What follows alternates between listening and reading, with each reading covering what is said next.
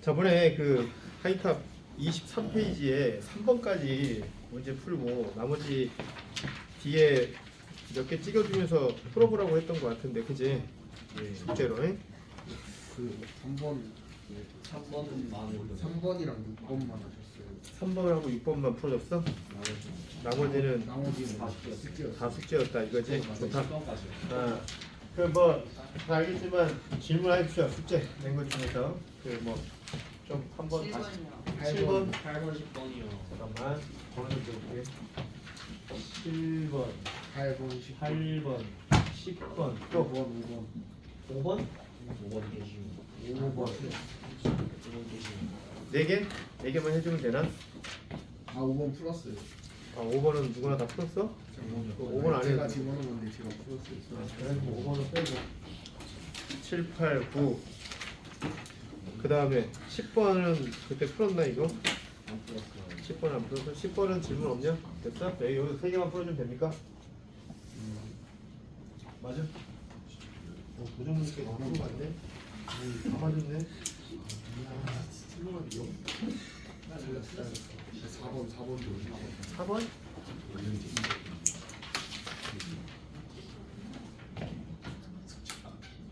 아마 4번 물어보는 사람들도 있고 7번 물어보는 사람도 있고 그런 것 같은데 이 사람들은 이거 물어보는 사람들 아직 돌림에 대한 이해도가 조금 좀 부족해서 그럴 수 있어요. 네, 괜찮습니다. 돌림이 원래 이게 처음에는 조금 좀 힘든데 나중 되면 제일 잘해. 돌림은 솔직히 이게 어려워봤자야. 다른 파트는 막 파트 같은 경우는 어렵게 되잖아. 그럼 못 풀어. 진짜로 어렵게 되면은 막 접근도 못 하겠어. 근데 이제 돌림임은 어렵게 내봤자야 이거. 예, 처음에는 좀 힘들 수 있어서. 자, 4번부터 좀 풀어드리겠습니다. 4번은요, 얘들아 23번에 4번이다. 23페이지에 받침점이 2개 있다 보니까 그냥 헷갈리는 거거든. 받침이 지금 2개 있잖아요. 여기 끝에 하나 이렇게 있고, 그다음에 또 하나는 여기 중간쯤에 여기 이렇게 하나 이렇게 2개가 있고. 그리고 각각의 힘이 여기가 이제 FA, FB로 표현되는 게 이게 무슨 힘이냐면 위에 있는 이 물체를 그냥 떠받치는 힘이라고 생각하면 될 것 같아. 물체는 요즘 어디에 이렇게 물체가 하나 이렇게 있는 상황으로 이제 해석하시면 되고 이게 지금 2kg 이렇게 나와 있습니다. 그러면은 내가 이제 돌림 힘이 그 평형을 그 이루어야면은 물체가 회전하지 않는다라고 배웠는데, 그지? 근데 이제 모든 물체에 대한 분석을 할 때는 아까 이제 전 시간에 힘에 대한 부분을 배웠었는데 그것보다 조금 더 확장을 해가지고 수평, 수직 방향에 대한 힘의 평형뿐만이 아니라 뭐까지? 돌림 힘까지 평형을 이루어야만 물체는 역학적 평형 상태에 있을 수 있다, 이렇게 해석하라 그랬거든. 이 돌림 힘을 배우면 이런 사고가 좀 이렇게 확장되다 보니까 이게 조금 어려운 겁니다. 너 어떡할래? 책이 없어갖고 같이 좀 봐야 될 것 같은데 좀 미리 얘기해줬으면 내가 프린트를 해왔잖아 이 새끼야. 그래 안 그래? 게을러가지고 지금 선생님한테 올라오기 싫어가지고 저거, 그지? 아까 누구는 와가지고 막 책이 있냐 없냐 막 그렇게 요청도 하고 막 그러더만. 하여튼 그래서 지금 얘가 이렇게 정지 상태에 있으려면 너희들도 수직, 수평 방향에 대한 힘 평형하고 그 다음에 돌림 힘도 평형을 이루고 있다라고 생각을 하고서 그 문제를 접근을 해야 돼. 그러면 수직, 수평에서 수평은 있냐 이거 지금 이 물체에 대한 힘에서 돌림 힘 평형 문제에서는 수평 방향의 힘은 거의 없어. 대부분의 이제 수직 방향에 대한 힘만 대부분 이제 고려해 주시면 되거든요. 근데 이제 나무판에 작용되는 힘이 있을 거 아니야. 아마 무게 중심점에서 나무판 정중앙에서 발생되는 힘이 있을 건데 그 나무판이 4kg짜리니까 40N이 이렇게 아래쪽으로 발생을 하고 있을 것이고, 그 다음에 2kg짜리도 2kg의 정중앙에서 아랫방향으로 20N만큼의 힘이 발생을 하고 있을 거거든요. 그러면은 아래쪽으로 60N이 작용을 하니까 당연히 위쪽으로도 얼마만큼 60N만큼 발생을 해야 되겠지, 그지? 그래 안 그래? 맞냐? 그래서 FA하고 FB의 합이 60N이 돼야 되겠구나 이런 느낌을 한번 가져셔야 되는 거고, 그지? 그래 안 그래? 근데 요 조건만 만족해가지고는 이 물체가 회전을 정지해 있지 않을 수도 있습니다. 뭐까지 평형을 이루어야 된다고? 돌림 힘까지도 평형을 이루어야 되지 않겠는가? 그래서 지금 이 문제 같은 경우는 FA하고 FB 두 개의 미장을 구해야 되는 거야, 그지? 그래 안 그래? 그러면 너희들 돌림인 평형식은 아까 어떻게 쓴다고 그랬어? 토크 공식을 이용가지고 FR을 이용해서 우리가 돌림인 평형을 써야 된다고 얘기를 했었잖아. 그러면 이걸 이용을 해가지고 평형 공식을 쓰려고 하는데 식 하나에 미장 두 개 들어가면 되냐 안 되냐? 안 되죠. 이렇게 되면 식 두 개도 필요하고 막 그러잖아, 그지? 그래 안 그래? 물론 식이 하나 있긴 한데 이 식 없다고 가정을 하고 기본적으로 식을 하나에다가 미장 두 개 넣으면은 귀찮잖아, 좀 그지? 맞냐 안 맞냐? 식 하나 더 세야 되고. 그러니까 웬만해서는 우리가 이 여러 모든 지점 중에서 회전축이 될 수 있는 지점은 모든 지점이 다 회전축이 될 수 있는데 어디다가 회전축을 갖다가 잡아버리면 미장 하나를 줄일 수 있다 그랬어? 힘이 작용. 힘이 작용되고 있는 중에서 미장이 존재하고 있는 뭐 FA라고 하는 지점이라든지 아니면 FB라고 하는 지점에다가 회전축을 하나 잡아버리면 미장 하나를 갖다가 생각 안 할 수도 있거든, 이거 같은 경우는. 그래서 선생님 같은 경우는 여기다가 회전축을 잡고서 계산을 하면 금방 구할 수 있지 않을까? 왜? FB 구해버리면 FA는 자동적으로 구해지는 거잖아. 맞냐 맞냐, 그지? 그러면 여기다가 회전축을 잡아가지고 그러면 돌림힘 평형식을 한번 써봅시다. 오케이? 그러면 40N에 대한 돌림힘은 이게 시계 방향으로 돌려주는 힘이고, 그지? 그래 안 그래? 여기 있는 20N도 시계 방향으로 돌려주는 힘이고, 여기 있는 이 FB라고 하는 것은 반시계로 돌려주는 힘이지, 그지? 이것들을 갖다 이용해서 자항과 우항에다가 정리하면 끝나는 겁니다, 그냥. 자, 40N짜리부터 해보세요. 40N짜리는 모멘트의 팔이 얼마냐? 팔의 길이가 4m라고 나와 있으니까 4m 여기 곱해주면 됩니다. 20N짜리는 얼마큼 모멘트의 팔이 얼마냐? 7m니까 그냥 7m 이렇게 곱해주면 되는 것이고, 이거는 이제 반시계로 돌려주는 이 FB에 대해서 FB는 지금 모멘트의 팔의 길이가 6m에 해당되니까 이렇게 해가지고 FB의 크기를 구해주면 끝난다는 거지, 그치? 자, 이렇게 해서 FB 구하면 얼마 나온다? 50N이 나온다. 그리고 그 50N을 여기다가 집어넣고 FA를 구해버리면 끝나는 거죠. 그래서 FA는 10N, FB는 50N. 자, 이거 누가 질문했지? 이해되냐 이거? 이렇게 풀면 됩니다. 넘어가고요. 이번엔 7번.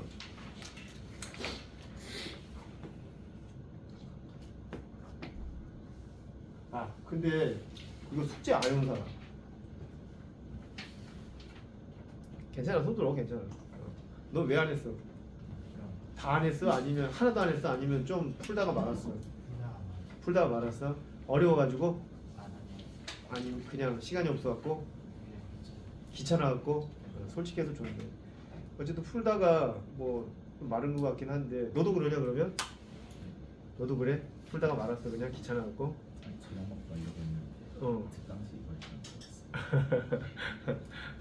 어쨌든 그럼 두 사람 빼고는 다 해왔단 얘기네, 그지? 너도 안 했냐? 괜찮아, 너희들 인생이야.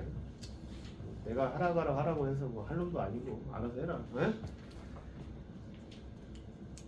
다음에 평가 봐가지고 제대로 안 나오면 죽여버릴 테니까. 알았어? 오늘 평가한 거 알지? 결과로 알려줘. 결과로 보여줘. 내가 담임인 거 알고 있냐? 야, 보이는 거야? 내가 담임인 건 알고 있냐? 알고 있죠. 어떻게 안 해? 나하고 상담을 진지하게 하고 싶지 않으면 성적 잘 받아라. 알겠지? 네. 다른 성적은 신경 쓰지 않겠습니다. 물리하고 화학 조금 좀 신경 써. 알겠지? 물리하고 화학만 조금 좀 신경 써주십시오. 자, 이거는 이것도 누가 질문했지 이거? 태찬이 네가 했냐? 7번 7번? 네가 했냐 이것도? 지금 저 풀긴 했는데 지금 네가 질문한 건 아니야? 누가 한 거지 이거 질문? 괜찮아. 5번이요? 아니 7번. 7번 제가 진 네가 했어? 여기서 어떤 게 이해가 안 되니? 이해 안 되는 거 뭔지 잘 몰라? 아니 그걸 좀 알고서 내가 알려주면 좀 핵심적으로 짚어주려고 물어보는 거야.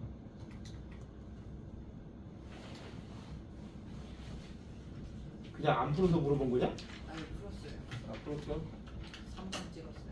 3번을 찍었어?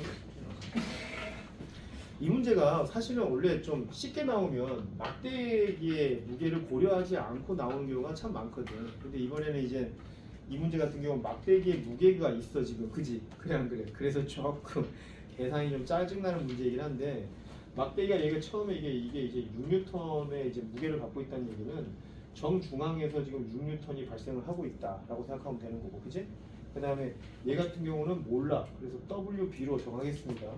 얘 같은 경우는 지금 1N으로 나와 있는데, 이런 형태의 문제를 분석하려면 제일 아래 것부터 분석해서 차례대로 위로 올라가면서 풀면 되는 거거든요. 여기부터 해야 돼, 여기부터 일단. 그러니까 WB의 크기를 알아버려야만 다음에 이 여기서의 또 그 돌림의 평형을 이용해 가지고 이제 전체적으로 알 수 있는 전체적으로 알 수 있는 이제 그런 상황인 거거든요. 그래서 여기 있는 이 모멘트의 팔의 길이를 다 유추할 수 있는 상황이야, 그지? 그래 안 그래? 여기가 이제 0.5m라고 여기가 나와 있으면 이거 얼마냐 이거? 0.15지, 그지? 여기 있는 길이가 0.15m에 해당되는 거니까 여기를 회전축으로 잡아가지고 얘가 이쪽으로 돌려주는 힘하고 6N과 1N이 돌아가는 돌림힘의 크기로 해가지고 이 WB의 크기를 갖다가 유추해줄 수가 있는 거거든. 맞냐 안 맞냐? 그지? 그러면 방정식을 세우고 WB에 곱하기 이게 나와 있어 지금 얼마라고 나와 있는 0.2로 나와 있단 말이야. 0.2는 6N, 얘네들 이제 시계 방향이니까 6N에 0.15 플러스 1N에 0.5 이거 계산해주면 WB의 크기가 얼마가 나오냐면 7N이 나옵니다. 7N.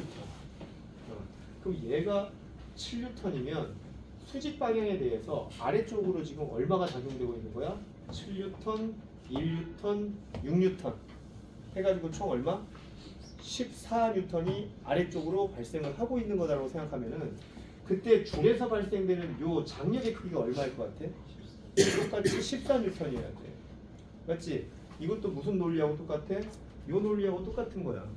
돌림 평형뿐만이 아니라 수직 수평 방향의 힘의 평형도 이루어져야 되기 때문에 요 줄에서 걸리는 힘의 크기가 14N이면 아 여기서도 14N으로 잡아 당기는 힘이 발생하겠구나. 요 논리로 가주시면 되거든. 맞냐 안 맞냐? 그 다음에 여기서도 이제 길이가 비율이 조금 잘못됐는데 이쪽을 조금 이렇게 해야 되겠구나. 여기도 지금 0.6이 나와 있고 0.8로 나와 있고 그 다음에 이 막대기가 지금 20N이니까 약간 왼쪽에 여기서 이제 20N이 이렇게 이제 발생을 하게 되겠지, 그지? 그때 요 길이 얼마야 그러면? 요거 0.1. 여기가 이제 0.1m에 해당되니까. 그럼 여기서도 14N. 여기서 회전축을 어디를 잡을까? 여기를 잡을까요? 여기를 회전축을 잡아가지고 이물체가 돌려주는 힘. 이걸 이제 안 나와 있으니까 이걸 이제 WA라고 지금 잡고. 그 다음에 여기서 이 줄이 아래쪽으로 그 당겨주는 힘이 14N이니까 얘가 이렇게 그 시계 방향으로 돌려주는 힘 20N이 반시계로 돌려주는 이 힘 이런 것들에 대한 돌림 평형식을 이용을 해가지고 WA의 크기를 구해주면 되겠지, 그지? 자 방법론은 대충 알겠어요 이거? 네. 무슨 말인지 알겠냐 이거? 그런 식으로 구해가지고 WA의 크기를 구하면 WA가 8N이 나옵니다. 8N. 답은 그래서 5번이 됩니다. 5번. 어렵지 않게 이렇게 풀어주실 수 있는데 이 문제는 막대기의 무게가 나와 있기 때문에 약간 조금 까다로워진 거. 이것보다 더 쉬운 문제들은 막대기의 무게를 무시하고 나오는 경우도 있어. 그때는 이 두 물체의 돌림이만 고려하면 되는 거니까 이거 문제보다 훨씬 쉽게 풀 수 있어. 오케이? 다음에 8번 아까 질문했는데 이거 8번은 어때요? 8번.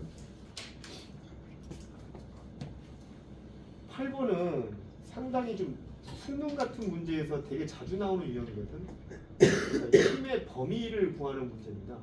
그러니까 이제 한번 풀어보면은 그 다음에 이제 어떻게 푸는지 금방 학생들이 감을 잡는데 처음 할 때는 조금 이게 좀 처음 풀어보는 유형이니까 조금 어려워하긴 해요.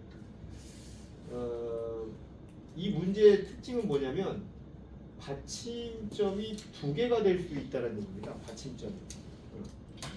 기둥이 이렇게 세워져 있는데 여기 있는 이 지점과 여기 있는 이 지점이 받침점이 될 수 있는 지점이거든. 맞지? 그래 안 그래? 맞냐? 그래서 이 두 개의 받침점을 활용해서 문제를 풀어주는 거라고 생각하면 되는데 물체가 여기에 있죠. 이 녀석의 물체는 지금 4m으로 나와 있기 때문에 발생되는 중력의 크기는 4mg라고 정의하면 될 것 같고 그때 이 길이를 x라고 나와 있는데 이 x의 범위 구하는 거잖아 이 문제 지금. 그지? 맞냐 안 맞냐? 그래서 오른쪽에는 이제 균형추가 있고요.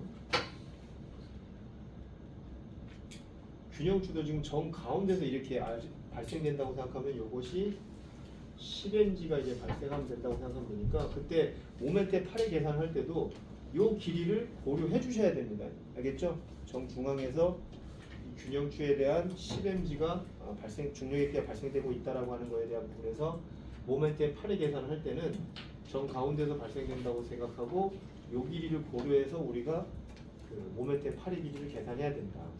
그래서 아마 이렇게 아마 이거 계산해 보시면 전체 길이가 이게 18L인가 이렇게 나올 거예요. 여기가 끝에서부터 끝에까지가 18L로 나와 있을 겁니다. 그러면 같이 한번 해보자. 같이 한번. 여기가 X라고 가정을 하면 여기서부터 여기까지는 뭐로 잡으면 되냐? 아마 여기까지가 아마 12L로 나와 있기 때문에 이 길이는 12 마이너스 X 12L 마이너스 X로 여기 잡아주면 되지. 이런 길이 같은 경우는 맞지? 그래 안 그래? 여기라고 한다면 여기서부터 여기까지가 길이가 L에 해당되기 때문에 여기가 만약 회전축이라고 한다면 이렇게 잡아갖고 13L 마이너스 X 뭐 이런 식으로 생각해 주시면은 모멘트의 8의 길이를 갖다가 우리가 그런 식으로 설정을 해주면 되지 않을까. 근데 조건을 보니까 이 크레인이 지금 뭐지? 균형추가 오른쪽에 1.5만큼 떨어져 매달려 있는 상태에서 크레인이 안정적으로 수평을 유지할 수 있는 X의 범위는 어디까지겠느냐라고 나와 있는 상황인데 그때 이 크레인이 지금 이 X가 이제 어디 쪽에다 이걸 매달을 수 있냐? 얘가 지금 왔다 갔다 할 수 있다는 얘기인 거잖아. 그치? 그래 안 그래? 맞지 않냐? 그때 이 X의 크기가 가장 작을 때는 어디를 회전축으로 잡아놓고 이 X의 크기가 가장 작을 때를 고려해 줘야 될까? X가 지금 이 조건에서 X가 가장 작을 수 있는 범위와 가장 클 수 있는 범위를 우리가 생각을 해봐야 되는 거잖아. 그치? 그래 안 그래? 그러면 이 X의 크기가 가장 작을 때가 이 두 지점 중에서 어디가 회전축일 때가 이 X의 범위가 가장 작을까? 경험칙상 너희들 한번 생각해봐. 여기가 회전축일 때 이 X의 범위가 가장 작을까? 아니면 여기가 회전축일 때 이 X의 범위가 가장 작을까? 빨리 왼쪽 오른쪽 왼쪽 왼쪽에 있으면은 여기가 이제 모멘트의 8의 길이가 짧아지게 되면서 그지? 돌림의 크기가 어떻게 돼요? 가장 이제 작아지게 되는 형태가 되는 거지, 그지? 그래 안 그래? 만약 같은 지점이라 하더라도 여기 있으면 돌림이 제일 작잖아. 여기 있으면 돌림이 좀 큰 거고요, 그죠? 그래 안 그래요? 그러니까 여기에 있을 때가 뭐야? X의 범위가 가장 작을 때 맞아? 맞냐 안 맞냐? 가장 작을 때잖아. 맞잖아. 그잖아. 그지 않을까? 그지? 아니 여기 있어버리면 얘가 좀 여기에 있을 때하고 여기 있을 때하고 어디가 더 불안정하고 생각을 해요. 여기 뒤쪽에 회전축이면 좀 얘가 좀 더 오른쪽으로 올 수 있는 거잖아. 그지? 그래 안 그래? 그러니까 여기가 회전축일 때 이 X의 범위가 가장 작겠구나. 요 감이 있어야 된다고 이거.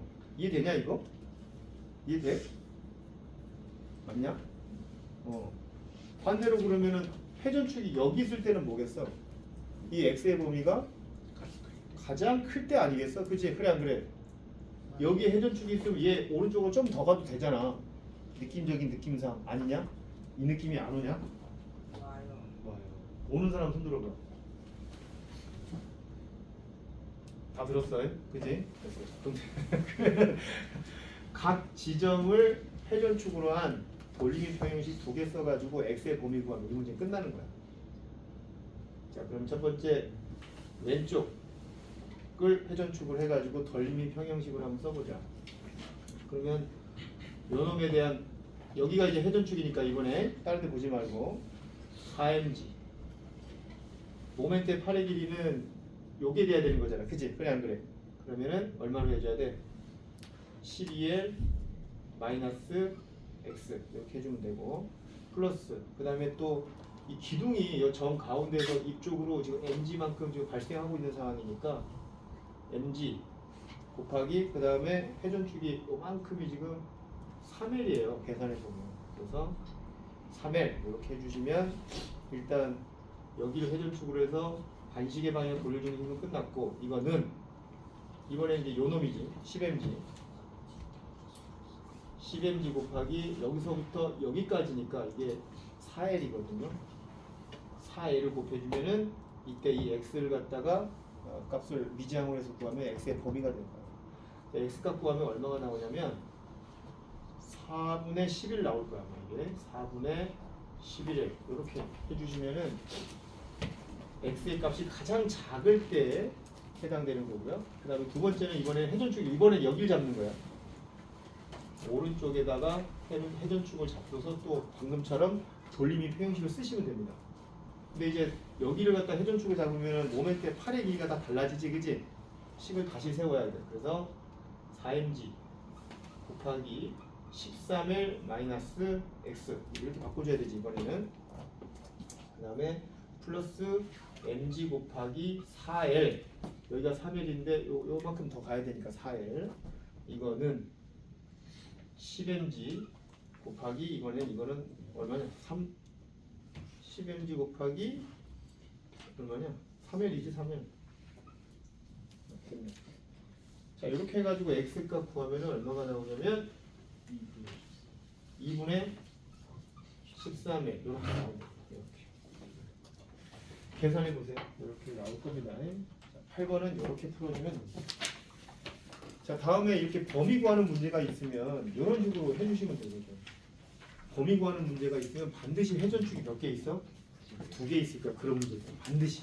그래서 각각 축을 갖다가 회전축으로 한 돌림 평형식을 이용을 하게 되면은 이런 식으로 범위값도 구할 수 있다. 자, 그 다음에 10번 좀 물어봤는데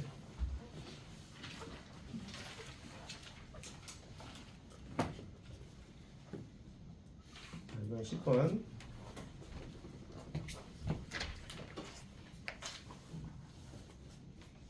은 이거 논리가 조금 논리만 좀 잘 세우면 금방 푸는 문제거든요.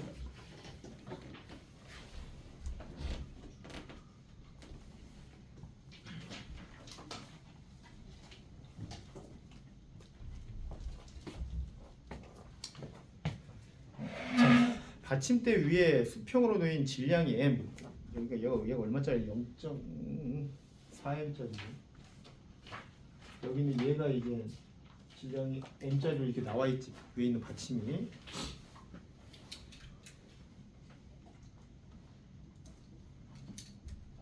막대 왼쪽 끝에서 받침대 왼쪽 끝자리의 거리를 5D라고 하고 이걸 이제 5D라고 표현해요.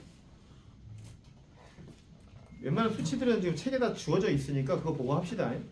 근데 이제 물체가 오른쪽으로 서서히 이동할 때 이 상황에서 이제 오른쪽으로 서서히 이동한다는 얘기야. 처음에는 여기에 있을 때는 여기 잘 정지해서 존재할 수 있는 거지, 그지? 그래 안 그래? 근데 이제 얘가 오른쪽으로 이제 슬슬 이동한다는 겁니다.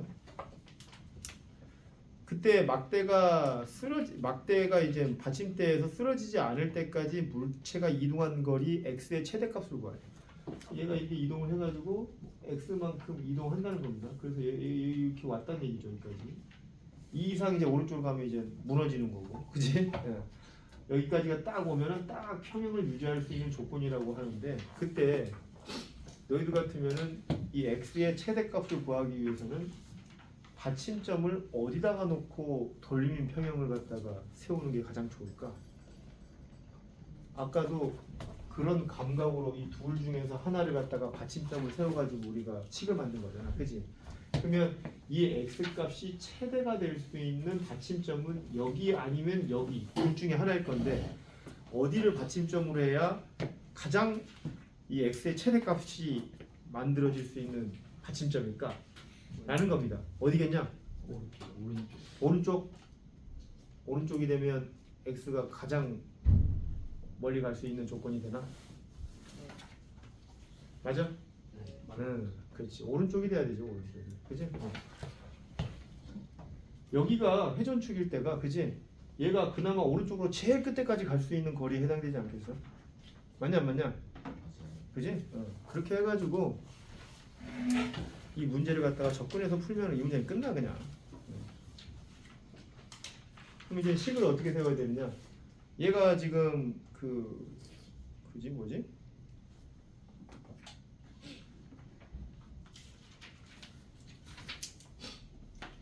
이 정가운데네 여기가? 여기가 MG네? 그지? 맞냐? 근데 여기가 이게 선생님 여기 바닥이 이렇게 붙어 있는 거 아닌가요? 그럼 여기서 발생되는 이 MG는 고려할 필요가 없는 거 아닌가? 이거 맞냐 틀리냐? 틀린 말이지, 그지? 그래 안 그래? 받침대가 두 개가 지점이 될 수 있다 하더라도 이게 여기를 받침쪽으로 선정하는 순간 여기는 달랑말랑이야. 달랑말랑이라고. 무슨 말인지 알지, 그지? 아래로 내려지는 모든 수직 항력에 대한 부분은 여기서 떠받치는 힘이 되는 거야. 여기가 떠받치는 부분이 되는 거고 여기는 달랑말랑 하고 있는 지점입니다. 알겠죠? 그러니까 여기서 이렇게 누르는 힘이 여기 딱 받치고 있으니까 이거는 굳이 고려하지 않아도 되겠나라는 것은 생각할 필요가 없는 거야. 알겠지? 그러면은 mg에다가 이만큼이 지금 모멘트에 팔이 되니까 mg 곱하기 d 얘가 이렇게 이쪽으로 이제 돌려주는 힘이고 이거는 얘가 여기서 이렇게 돌려주는 힘으로 정의하면 되지, 그지? 0.4 mg 곱하기 x 이렇게 해주면 끝나네. 이렇게 해서 x에 대해서 정의하면 끝날 것 같아. 얼마냐? x는 이렇게 하면 그렇지. 2.5 d 그지? d 맞지? mgd로 했으니까 2.5 d 끝. 답은 4번. 네. 자, 이렇게 해주시면 될 것 같습니다. 됐나요? 자, 이렇게 해가지고 힘들었다. 이번에 개정된 책이 처음부터 돌림임이라고 하는 게 막 나오다 보니까 너무 진도 나가기 힘들었던 것 같아. 그래도 이제 일단 끝났습니다. 첫 번째 파트는. 이번에 이제 두 번째 파트. 등가 속도 운동 옆 파트. 이거 이론 했나? 이거 이론 안 했지, 그지? 했냐 안 했냐? 변이하고 속도하고 이런 걸 했던 것 같긴 한데, 그지? 멈춤 속도랑 순간 속도도 했고 그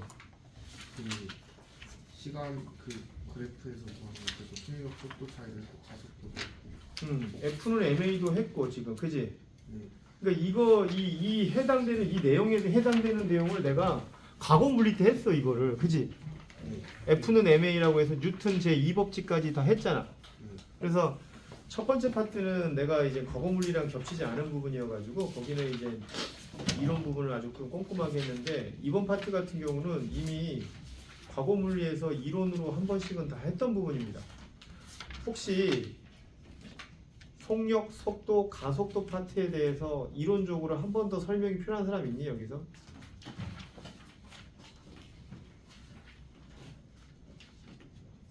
있다 그러면 내가 핵심적인 것만 빠르게 얘기하고 넘어갈게. 있어? 없어? 넘어갈까 그러면? 네. 그러면 뉴턴 제 2법칙도 우리가 배웠다고 생각을 하고 문제 풀면 되겠네요. 바로 개념 기본 문제 40페이지 여기 한번 해보겠습니다. 40페이지 개념 기본 문제 요거 한번 풀어보죠.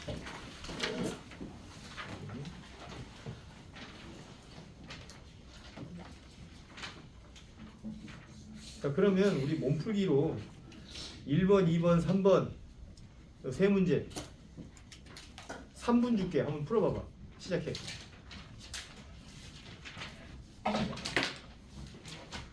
너도 그 연습장 꺼내봐라 빨리. 연습장 꺼내서 같이 좀 풀어봐. 벌써 풀었네? 언제 풀었냐?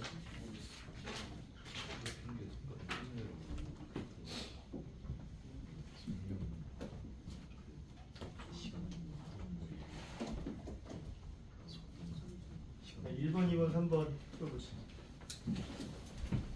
40페이지다, 40페이지.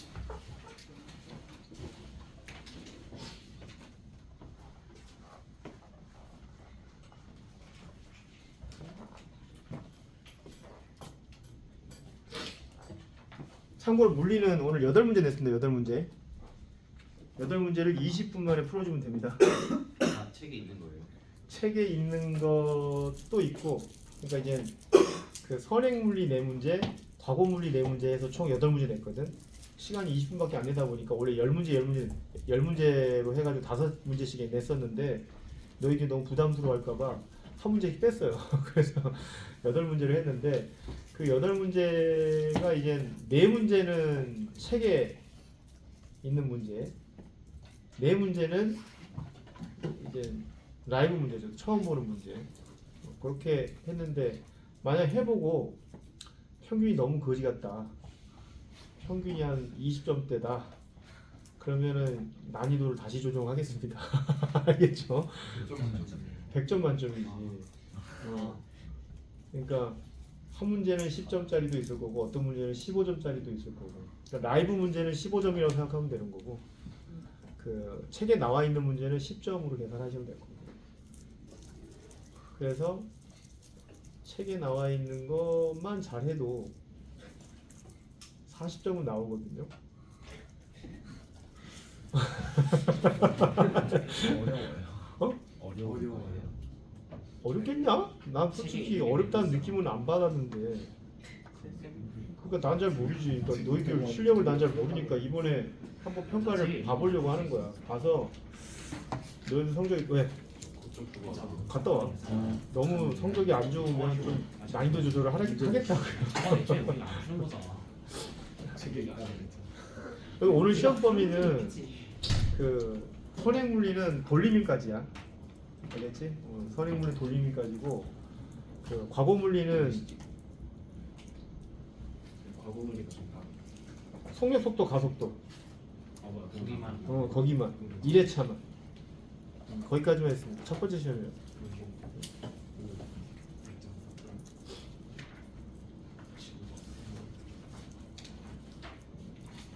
그런 거 나와요. 뭐 강에서 배 문제. 나오냐고? 나올 수 있지. 유속이나 배부돌이 생각보다 많은 거야. 그걸 그렇게 물어보면 어떡하냐? 그 문제 하나밖에 없었는데. 나와. 나올 수 있어. 어떤 문제? 풀이 과정 없으면 안 됩니다. 그 선생님이 출제를 할 때는 문제지 따로 해답지 따로 이렇게 줄 거거든요. 그 해답지에다가 답만 이렇게 써놓는 사람들은 어떻게 해야 될지 모르겠어요. 1점. 그 배? 왜냐면 저거 좀 빵인데. 풀이 과정을 안 보면 너희도 답만 딱 외울 거거든. 그지? 그래 안 그래? 맞냐 안 맞냐? 숫자를 바꾸는 것도 일이야. 왜냐면 숫자를 바꾸는 순간 답이 더러워져. 어? 원래 있던 문제. 배 어떻게 하냐? 그러니까 그 너희들 그 풀이 과정이나 이런 것들 같은 경우는 해답지에다 좀 같이 써줘. 네? 답만 쓰면 사인해서 감점을 해야 되지 않을까? 그지? 아닌가? 반만 쓰면 감점을 확인해도. 그래야 되지 않을까? 답점을 해야죠. 답점 쓰셔야 돼. 답만 있으면 답만 딱 쓰면 이게 진짜 실력으로 푼 건지 애워서 푼 건지 알 수가 없잖아. 풀과정 그건 남겨가지고 외운 거. 영재반은 당연히 뭐 풀이 과정을 풀이 다 했을 거라고 생각하고 하고 또 대부분 라이브 문제라서 답만 딱딱 채점하는데 너희들은 기본적으로 이제 책에 있는 문제를 내가 반 정도 냈기 때문에 풀이 과정을 좀 써줘야 되지 않을까? 대신 라이브 문제는 풀이 과정 안 써도 돼. 나이스. 근데 그건 한으로 가능하잖아. 그건 그것도 천재 아니야. 그거 뭐 찍어봐. 찍을 수 있으면 찍히나. 그러니까 그 문제는 내가 풀이 과정 굳이 안 볼게. 왜냐하면 답이 틀리면 풀이 과정 틀린 거거든. 그냥 라이브 문제는요 답만 채점을 할게요. 근데 내가 책에서 낸 문제들 같은 경우는 너무너무 중요해서 낸 거거든요. 중요해서 낸 거니까 풀이식도 좀 같이 써줬으면 좋겠어요. 그렇게 하는 게 맞을 것 같습니다. 중간시만 있는 거예요. 아니요, 객관식도 넣었어요. 네. 주관식만 넣었더니만은 또 너희들 또 20분만 이거 어떻게 하냐고 막 낑낑거릴 것 같아가지고 20분 되게 금방 지나가요. 시작하면 끝나. 진짜로. 아 이거 왜 이렇게 안 풀리자고 있어 벌써 2분 남았고 3분 남았고 그래. 진짜로. 자 개념 기본 문제 1번의 답은요. 철수 10초 뭐 나와 있잖아. 1번의 답은 35m. 1번에 2번은 5m. 3번은 3.5m/s. 4번은 0.5m/s. 오케이?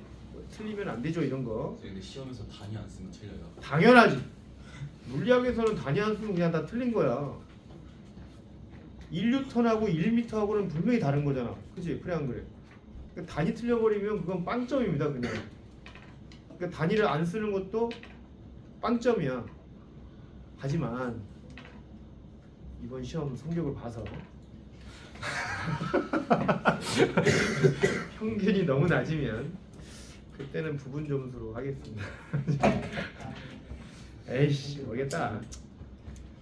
잘 나왔으면 좋겠어요. 열심히 공부해봐. 첫 시험인데 이거 망하면은 좀 그렇잖아, 그지? 그래 안 그래? 별로 어려운 파트도 아니고. 오늘 시험 아니면은 고득점을 맞을 기회가 없어요. 예, 네. 진짜입니다. 오늘이 제일 쉬운 시험 범위에 해당되기 때문에. 이번의 답은 운동 방향이 계속 바뀌기 때문에 그런 거지, 그지? 3번의 답은 디귿 하나입니다. 질문 있냐? 3번의 답은 디귿 하나. 다 맞았어? 네. 자, 4번, 5번 갑시다. 이것도 너희들이 풀 수 있을 것 같은데 4번, 5번.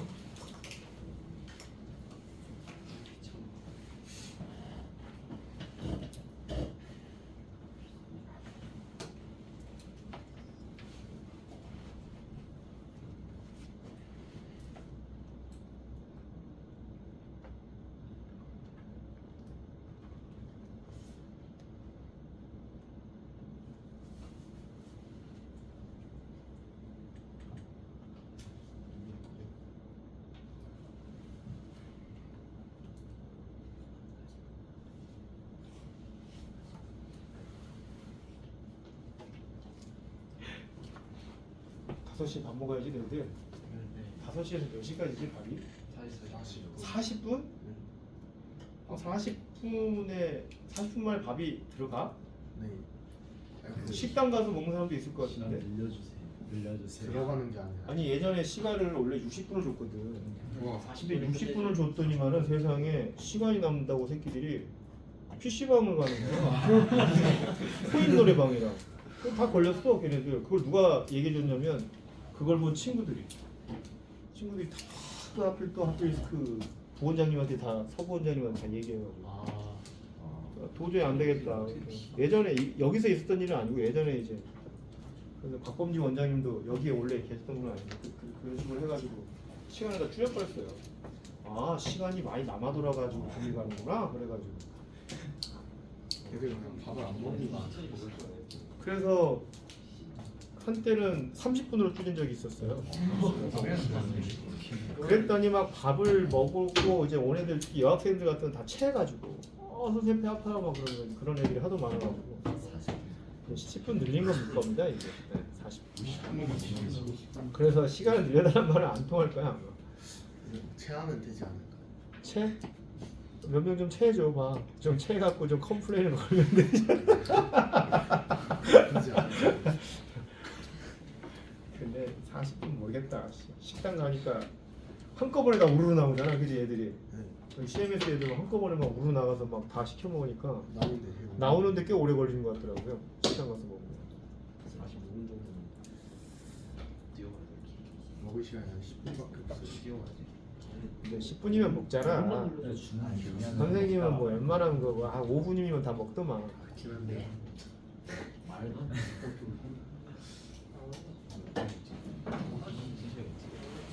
얘서 치세요. 3시간 반 같아. 3시간 반. 아니 얘가 인천시간 여기 그 엄마한테 주변에서 그 도시락집에다가 시키라 그래. 배달해달라고.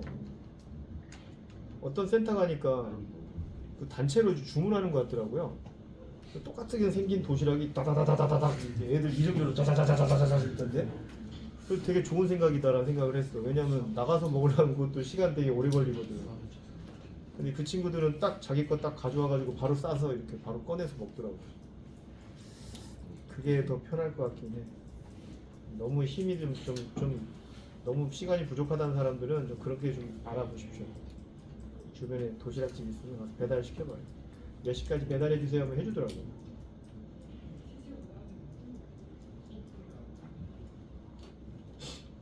아니면 집에서 도시락을 싸. 사왔어요. 싸왔어. 그게 제일 좋아. 집밥이잖아.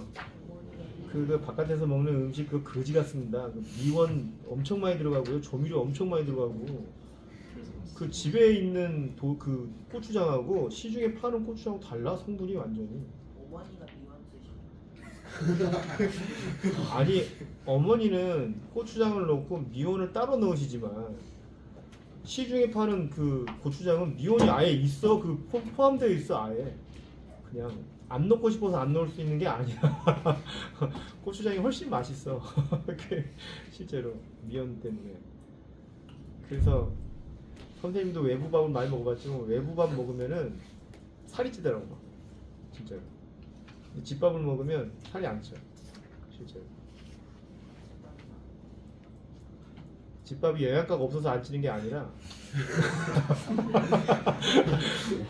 아니 외부밥을 먹으면 붓는 느낌이야. 붓는 느낌 알죠? 그죠? 네. 살이 막 너무 건강하게 잘 처먹어서 그래서 막 살이 찌는 게 아니라 붓는 느낌 있잖아. 그게 너무 짜게 먹어가지고 막 부은 느낌 그런 느낌.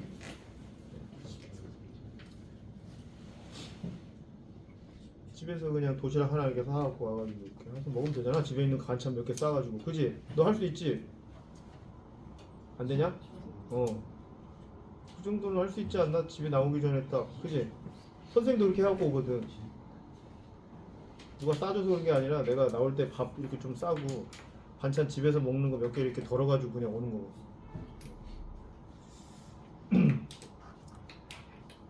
농담이야. 뭐 너희들 보고 뭐 도시락을 싸라면 뭐 싸겠냐. 엄마가 싸줘야 되겠지. 자 4번의 답은 1번에 1.5m/s입니다. 뭐 못하는 사람 없죠? 네. 두 지점의 평균 기울기 구하면 되지 그냥 일반적으로. 2번의 답은 3m/s입니다. 저 접선의 기울기 구하시면 되죠. 접선의 기울기가 순간 속력에 해당된다. 시간과 위치에 관련된 그래프에서는 기울기가 속력 또는 속도를 나타낸다고 그랬잖아. 그지? 그 다음에 5번에 1번은 수레의 속력은 일정하게 증가합니다. 왜? 힘이 일정하게 가해졌으니까. 힘이 일정하게 가해지게 되면 일정한 가속도의 크기를 가지게 되는데 일정한 가속도의 크기를 가지게 되면 속력의 증가도 일정하게 늘어나는 거거든. 그치? 맞냐 맞냐? 그 다음에 2번의 답은 가속도는 어떻게 되겠니? 질량이 증가하면 가속도도 어떻게 되겠어요? F는 MA에 의해서 힘은 같은데 그렇지 질량이 커지면 가속도는 감소하겠지. 맞냐 안 맞냐? 그래서 5번의 답은 2번에 감소한다. 자 5번까지는 이제 기본 문제였고 지금부터 이제 6번부터 계산 문제들이 이게 쭉 나오는데 6, 7, 8, 9, 10, 11번까지가 이제 기본 문제예요. 다 풀어봅시다 오늘. 알겠죠? 이거 다 풀면 아마 밥 먹을 시간 되지 않을까? 6번. 요거 이제 막배기로 같이 한번 풀어봅시다. 길이가 100m인 기차가 길이가 300m인 직선 터널 속으로 일정한 가속도로 지나가고 있다. 일정한 가속도로 지나가고 있다는 얘기는 속도가 일정하게 증가한다는 뜻이고 힘도 일정하게 받았다는 얘기거든요. 어쨌든 그건 중요한 건 아닌 것 같은데 들어가는 속도가 얼마래? 15m/s. 하지만 나올 때는 25m/s로 속도가 증가한 상태랍니다. 자, 기차의 앞부분이 터널을 들어가기 시작하여 뒷부분이 완전히 빠져나올 때까지의 걸린 시간을 구하라.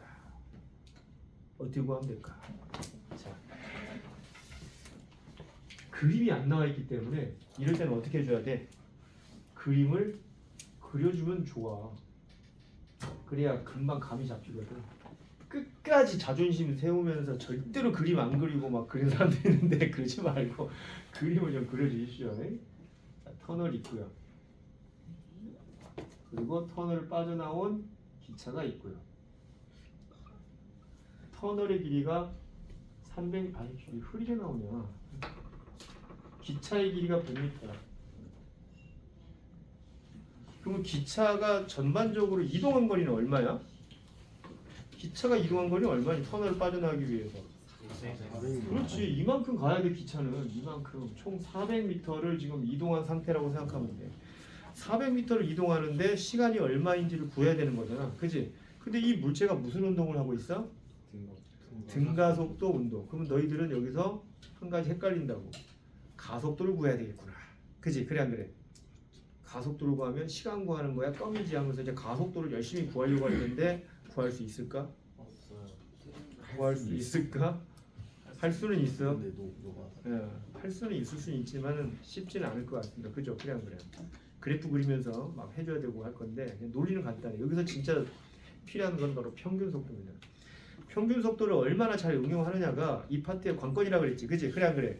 평균 속도가 뭐냐면 이 물체가 비록 가속 운동을 한다 하더라도 평균 속도를 구할 수 있으면 그 평균 속도로 등속 운동하고 있다고 봐도 무방하다 라고 내가 저번부터 계속 강조했어. 그지? 그래 안 그래? 그럼 이 물체 평균 속도 구할 수 있어 없어? 있어. 등가속도 운동하기 때문에 15로 들어가서 쭉 증가해서 25로 나왔기 때문에 이 중간값이 뭐에 해당돼? 20.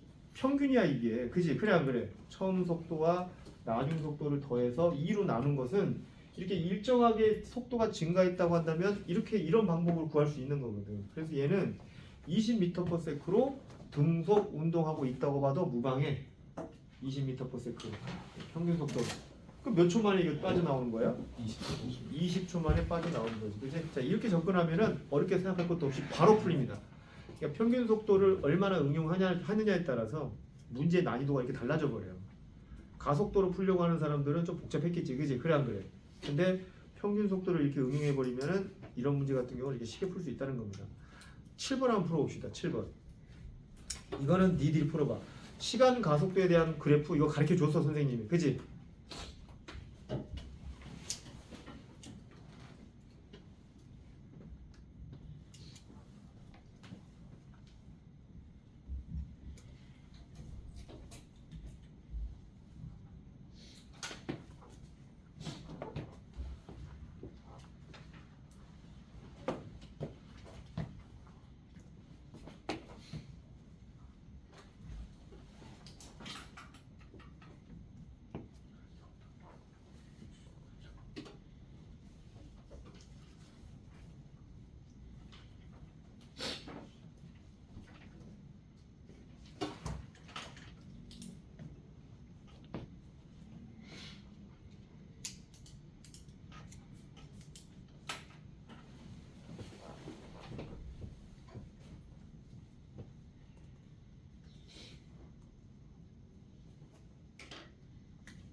자, 7번의 답은 1번 얼마야?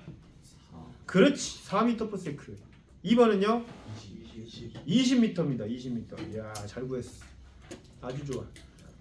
못 구한 사람들을 위해서 같이 좀 해보면은 2초일 때 이 물체의 순간 속력을 구하라라고 되어 있는데 2초일 때면 이거란 말이야. 그러면 시간 가속도에 대한 그래프를 해석할 수 있어야 되는데 시간 가속도 그래프에서의 차관점은 뭐냐면 그래프 아래쪽에 면적이 뭐에 해당됩니까? 그래프 아래쪽의 면적이 뭐에 해당돼? 델타 V. 속도의 변화량이라고 했잖아 이거. 그지? 그래 안 그래? 이게 이제 물원 과정에 처음으로 제시가 되는 그래프거든요. 시간 속도가 아니라 이제 시간 가속도에 대한 그래프에서는 얘가 델타 V다라고 저번에 한번 설명을 했어. 맞냐 안 맞냐? 그러니까 이 면적을 구하면은 이게 2초 이후에 이 물체의 속도가 되는 거야. 얼마야 이거? 면적이? 4잖아. 그지? 그래 안 그래? 그러니까 이 물체의 속도는 지금 4m/s인 거야. 그래서 이 지점에서의 속도는 4m/s였는데 여기서는 가속도가 있어 없어? 없지. 그러니까 이 구간은 등속으로 운동하는 거니까 여기까지도 계속 4m/s야. 맞냐 안 맞냐? 근데 이 음의 영역의 넓이는 뭐에 해당됩니까 이거? 음의 영역의 넓이는 뭐에 해당되냐면 감속하는 거잖아. 감속. 그치? 이 면적의 크기만큼 감속하는 거야. 그러면 이 면적이 지금 여기가 지금 얼마야? 1이냐 1? 1이고 지금 여기가 총 4니까 이 면적도 얼마야 지금? 델타 V도 마이너스 4m/s지. 그지? 얘가 지금 4m/s에서 아래 면적만큼 속도를 빼주면 된단 말이야. 그럼 8초 후에 이 물체의 속도는 어떻게 됐어? 0이 됐지. 그지? 그래 안 그래? 그런 식으로 이제 풀어보는 거거든요. 근데 그동안 이 물체의 이동거리를 구하라 라고 되어 있는데 이제 이건 어떻게 구하면 될까나? 시간 속도 그래프. 그렇지. 이 그래프를 변형시켜 버리면 되지. 뭐로? 시간과 속도에 관련된 그래프로 바꿔주고 그때 그래프 아래쪽에 면적을 구하면 이게 이동거리 또는 변이의 크기로서 우리가 구할 수가 있게 되는 거죠. 그러면 이걸 이용해서 우리가 시간 속도 그래프 그려보면 이 물체는 처음에 멈춰 있다가 2초 동안 4m/s까지 쭉 속도가 이렇게 올라간 거죠. 맞냐 안 맞냐? 맞아요. 여기가 이제 4다. 그 다음에 4m/s로 일정하게 속도가 이렇게 4초까지 유지가 되다가 4초에서 이제 8초까지 어떻게 된 거예요? 여기가 8초라 그러면 8초까지 속도가 쭉 감소해서 0이 된다. 아까 이 면적의 크기만큼 속도가 0이 된다 그랬잖아. 맞냐 안 맞냐? 8초 때까지 속도가 쭉 감소해서 0이 되게끔 이 그래프를 그려주시면 됩니다. 그때 이 기울기가 얼마야? 2m/s의 제곱. 그때 이 기울기가 마이너스 1m/s의 제곱. 맞지? 이 면적 구해버리면 이게 이 물체의 이동거리에 해당되지 않겠는가. 반대로 되돌아간 적이 있어 없어? 이 그래프상 없지. 그지? 그래 안 그래? 이 물체는 계속 오른쪽으로 진행해겠구나. 이렇게까지 확장 해석하면 하시면 됩니다. 면적 구하면 20m죠. 그 다음에 8번. 자, 운동 방정식의 활용 문제입니다. F는 MA라고 하는 운동 방정식을 활용해서 8번의 문제를 접근해야 돼. 자, 8번 한번 풀어보자. 선생님이 이거 가르쳐 줬었냐? 이 8번 유형 같은 거? 이 문제 유형 가르쳐 줬니? 안 가르쳐 준 것 같기도 하고 가르쳐 준 것 같기도 하고 이 8번은 운동 방정식의 활용을 이용해서 이제 풀어봐야 되는데 가장 전형적인 문제거든요. 물체를 끈으로 매달아 놨어. 끈으로 매달아 놓은 이유는 뭐 때문일까? 한 물체로. 어? 한 물체로. 아니야. 어려워 보이라고. 물체의 운동 상태에 대한 분석이 가운데 이제 줄이 들어가 버리면 어렵잖아 해석이. 그치? 그래 안 그래? 이 다양한 여러 문제들의 유형이 있겠지만 줄을 매달아 가지고 더 까다롭게 만들어 놓은 거야 지금. 여기다가 이제 힘을 가해 가지고 이 물체를 이제 끌고 있는 건데 이 힘의 크기가 지금 10N이죠.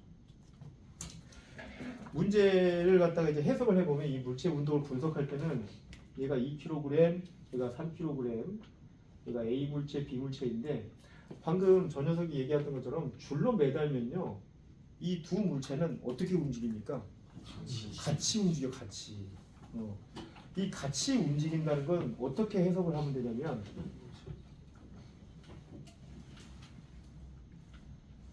같은 속도를 가지게 된다는 거고, 그지? 그래 안 그래? 조금 더 확장하면 같은 가속도를 가지게 된다라는 얘기인 거거든. 즉 10N을 가하게 되면 이 두 물체를 어떻게 해준다는 얘기야? 하나의 물체로 생각해가지고 두 물체의 가속도의 크기를 구하시면 된다는 뜻입니다. 그럼 이 물체의 가속도를 분석을 해보면은 n분의 f라고 하는, 그지? 그래 안 그래? 네, 이런 식의 공식을 통해서 가속도를 유추하면 되는데 그때 m에다가 뭘 집어넣으라고? 두 물체의 질량의 합을 집어넣어주면 돼. 왜? 같은 속도로 움직이고 있고 같은 가속도를 가지고 있는 물체이기 때문에 하나의 물체처럼 생각을 해가지고 질량을 계산해서 넣어주면 된단 말이에요. 그러면은 5kg 집어 넣어줘야 되고요. 힘에다가는 10N을 집어 넣어주면 이 m/s의 제곱이라고 하는 가속도를 가지게 되는데 여기서 활용되는 활용법이 바로 F는 m, a를 갖다가 이용을 할 때 두 물체의 가속도가 2m/s의 제곱이니까 이걸 이용을 해가지고 각각의 물체에게 얼마만큼의 R자 힘이 가해졌는지에 대한 크기도 유추가 가능하다라는 겁니다. 그러니까 예를 들어서 이 물체는 지금 2kg인데, 그지? 그래 안 그래? 예전에 이것을 해석을 할 때 내가 어떻게 하라 그랬냐면 정방향의 해석도 필요하지만 역방향의 해석이 더 중요하다고 얘기했지, 그지? 역방향의 해석을 보면은 어떠한 물체가 가속도를 가지고 있다고 한다면, 그지? 그 가속도의 크기에 질량을 곱하면 뭘 할 수 있다고 했어? 그러한 가속 운동을 할 수 있는 원인 힘 또는 R자 힘의 크기를 구할 수가 있게 된다. 이렇게 얘기했잖아. 즉, 이 녀석이 2kg이고 2m/s의 제곱이라는 가속도를 가지고 있으니까 두 개를 곱하면 몇 뉴턴이야? 4뉴턴이 나오는데 이 4뉴턴이 이 물체를 이러한 가속도를 가지게 해주는 원인 힘이야. 무슨 말인지 알지, 그지? 그리고 얘도 역시 똑같이 그 3kg에다가 2m/s의 제곱을 해주면 얘도 6뉴턴의 R자 힘이 나오게 되는데 얘도 역시 6뉴턴을 받아서 이러한 가속도의 크기를 받게 된 거다라고 생각하면 되는 거거든. 그러면 얘는 지금 4뉴턴한 힘을 4뉴턴이라고 하는 힘을 누구로부터 받은 거냐라는 겁니다. 누구로부터 받은 거 같냐 이거? 그렇지. 줄이 이 물체를 어떻게 해줬어? 당겨줘서 이 물체가 지금 움직이고 있는 상황인 거잖아. 그래 안 그래? 그러면은 줄이 이 A라고 하는 물체를 당겨주는 힘의 크기를 얼마라고 봐도 돼? 그렇지. 이 텐션의 크기를 4뉴턴이라고 봐도 된다는 얘기입니다. 근데 저번에 얘기했지만 텐션이라고 하는 것은, 장력이라고 하는 것은 매듭과 매듭, 줄이 묶여있는 끝과 끝을 어떻게 하고 있는 거예요? 서로 잡아당겨주고 있는 힘이란 말이야. 맞냐 안 맞냐? 이 텐션은 A라고 하는 물체를 오른쪽 방향으로 당겨주는 힘이기도 하지만 반대로 B 물체를 어느 방향으로? 왼쪽으로 당겨주는 힘이기도 해 이게. 그래서 이 물체는 오른쪽으로는 10N을 받았지만 텐션이 왼쪽으로 4N을 발생을 하면서 합력의 크기가 6N이 돼가지고 2m/s의 제곱이라고 하는 가속도를 받게 되는 것이고, 여기 있는 이 물체 같은 경우는 텐션이 지금 4N으로 잡아 당겨주다 보니까 2m/s의 제곱이라고 하는 가속도를 가지게 되는 것이다로 해석하라고. 왜 이 얘기를 하냐면 10N을 가해주면 4N, 6N으로 힘이 분산되는 줄 알아. 아, 10N이 이렇게 분산되는구나 힘이. 막 이지라고 있다고. 아닙니다. 알겠습니까? 그런 논리는 아니라는 얘기야. 근데 이제 이런 논리는 뭐가 없으니까 가능한 거냐면 바닥 사이에 뭐가 없을 때? 마찰력이 없을 때 이런 논리를 이용해서 접근을 한다는 얘기고, 마찰력이 존재할 때는 어떻게 해주면 돼? 아까처럼 텐션의 크기와 마찰력의 크기를 고려해가지고 합력의 크기를 계산하면 되지 않겠는가. 어려운 거 아닙니다. 맞죠? 그러면 이거 끝났어. 이미 해석 다 끝났다고. 1번 답은 2m/s이고 2번의 답은 4N, 3번의 답은 6N입니다. 자, 이렇게 해주시면 8번의 문제는 끝. 자, 그러면 8번 문제를 그대로 응용해서 9번 풀어봅시다. 9번은 너희들이 풀어보는 거야. 아이씨, 시간이 없네. 아이씨, 시간이 빨리 가냐. 하나라도 더 가르쳐줘야 되는데. 9번도 그러면 바로 같이 해보고 바로 시간이 없으니까. 이번에는 모델이 좀 바뀌었어. 언덕 위에 물체가 있고 이놈을 이제 줄로 이렇게 이제 매달아 가지고 중력의 힘을 받을 수 있도록 이렇게 이제 배치를 해놓은 거죠. 그죠? 그래 안 그래? 그러면은 지금 얘가 3kg이고 얘가 2kg이고 A, B 여기랑 이제 물체의 질량은 똑같이 지금 질량은 똑같은 상황인데 이제 해석을 어떻게 하느냐 한번 봐볼게. 지금 이 두 물체 같은 경우는 얘 같은 경우는 지금 몇 뉴턴? 30뉴턴을 지금 받고 있는 상황이 중력으로. 그 두 물체가 지금 여기에 만약 마찰력이 없다면 두 물체는 순전히 뭐에 의해서 30뉴턴에 의해서 두 물체가 이동하는 상황으로 해석하면 될 거야. 맞냐 안 맞냐? 사실 여기에 마찰력이 없다면 얘 그냥 아무 거리낌 없이 그냥 미끄러져 가는 경우인 거거든. 맞지? 그러면 두 물체도 역시 줄로 연결되어 있기 때문에 아까랑 같은 논리로 같은 가속도를 가지고 있으니 이 두 물체의 가속도의 크기를 구하려면 어떻게 해주면 돼? n분의 f에서 m에다가 몇 킬로 넣어주면 되냐? 5kg. f에다가는 30뉴턴을 집어넣어서 6m/s의 제곱이라고 하는 가속도로 두 물체의 가속도를 해석합니다. 그럼 지금부터 이 문제에서 요구하는 1번과 2번에 대한 답을 한번 구해봅시다. 1번은 구해버렸어 지금. 그지? B의 가속도는 6m/s의 제곱으로 해석해 주시면 됩니다. 그러면 실이 A를 당기는 힘의 크기는 얼마냐? 이거 어떻게 구하면 돼? 그렇지. 아까처럼 각각의 물체가 받는 알짜 힘의 크기를 구해보면 되는 거지. 그지? 알짜 힘의 크기는 가속도의 크기에다 뭐 곱하면 돼? 질량 곱하면 돼. 또 A 물체에 그냥 알짜 힘 구해버리면 뭐가 나와? 실이 A를 잡아당기는 힘의 크기가 바로 나와버리지. 그지? 그럼 계산하면 얼마예요? 12뉴턴이 이 물체가 받는 알짜 힘의 크기인데 가만히 봤더니 이 물체를 잡아당겨주는 힘은 뭐밖에 없어? 그 장력밖에 없단 말이야. 실의 장력 몇 뉴턴? 12뉴턴으로 해석해 주시면 된다는 거예요. 자, 그 다음에 10번. 자, 이번에는 이제 도름의 모델인데.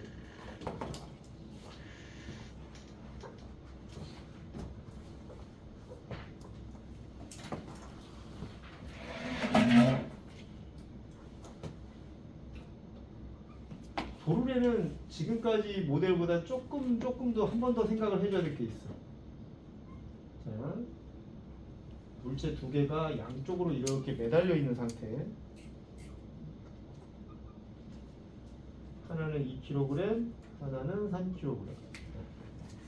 그러면 얘는 지금 얼마를 받고 있냐면 20뉴턴을 받고 있는 상황이고 얘는 30뉴턴을 받고 있는 상황입니다. 하지만 도르래지만 줄로 묶여 있죠. 그래 안 그래요? 두 물체의 가속도는 어때? 반드시 같아야지. 맞냐 안 맞냐? 근데 이 두 물체의 힘의 방향은 서로가 반대 방향입니다. 지금 도르래 때문에 한 놈은 이쪽으로 당겨주는 힘이고 한 놈은 이쪽으로 당겨주는 힘이란 말이야. 왜요? 둘 다 아래쪽이잖아요. 근데 이거 이렇게 펼쳐보면 반대 방향의 힘이지. 그치? 그래 안 그래? 그러니까 두 물체의 그 A는 n분의 F라고 하는 가속도의 크기를 구할 때 M에다가는 두 물체의 질량을 같이 넣어주는 게 맞아. 왜? 같이 움직이니까. 그래서 5kg 이렇게 집어 넣어주면 되는데 F에다가는 어떻게 해줘야 돼? 30뉴턴 마이너스 20뉴턴. 그래서 10뉴턴을 이렇게 집어 넣어줘야 돼. 그러면 이 물체의 가속도는 2m/s의 제곱이 되지, 그지? 그럼 알짜임 구해봅시다. 얘 알짜임 얼마야? 2kg에다가 2m/s의 제곱을 하니까 4뉴턴이 나왔단 말이야. 그럼 4뉴턴이 어떻게 나왔는지를 한번 생각을 해봐야 돼. 왜? 여기서 발생되는 이 텐션의 크기하고 중력의 크기를 고려해가지고 4뉴턴이 나온 거거든 이게. 그러니까 얘 지금 현재 운동 방향은 어느 쪽일 거냐면은 위쪽 방향으로 2m/s의 제곱이라고 하는 가속도를 가지고 있을 거야. 맞냐 안 맞냐? 그랬을 때 T가 클까? 20뉴턴이 클까 이거? T가 더 컸으니까 위로 올라가지 않을까? 맞지? 그러면은 방정식 한번 세워볼게. T 마이너스 20뉴턴은 2kg에 2m/s의 제곱이다 라고 하는 운동 방정식 한번 세워보는 거야. F는 ma. 그지? 그래 안 그래? 그러면은 텐션 값 얼마야? 얼마냐? 24N이 나오지, 그지? 그래 안 그래? 여기서 줄에서 발생되는 장력의 크기는 24N이라는 것을 우리가 예측을 할 수가 있어. 맞냐? 네. 이 장력의 크기는 어떤 물체든지 상관이 없는데 두 물체 중에 하나의 장력을 구하면 똑같이 얘한테도 얘를 잡아당길 장력도 똑같이 24N이야. 그럼 얘가 아까 알짜미의 크기가 6N인데 30N을 받았지만 텐션이 24N을 반대로 당겨주면서 실질적인 이 물체에 가해지는 알짜임의 크기는 6N으로 해석하면 되는 거지. 맞냐 안 맞냐? 이런 식으로 해가지고 이 물체의 운동을 분석해야 되는 거야. 이게 이제 운동 방정식에 활용을 하는 게 가장 간단한 예입니다. 가장 기본적인 예 세 가지를 선생님이 지금 설명을 해줬는데 10번에 1번 더 찾아봅시다. 1번의 가속도는 2m/s의 제곱. 2번의 답은 몇 뉴턴? 24뉴턴. 자, 이런 식으로 해석을 하면 됩니다. 자, 시간이 5시기 때문에 오늘 숙제는 11번부터 해가지고 개념 적용 문제를 좀 풀어봤으면 좋긴 하겠는데 너무 많이야 숙제가? 아니야 하지마. 좀 이따가 수업해서 연계해서 할게요. 알겠죠? 숙제 없어요. 특강 숙제 내지 맙시다. 연계해서 그냥 하겠습니다. 수업으로. 여기까지 하겠습니다. 밥 먹으라 빨리.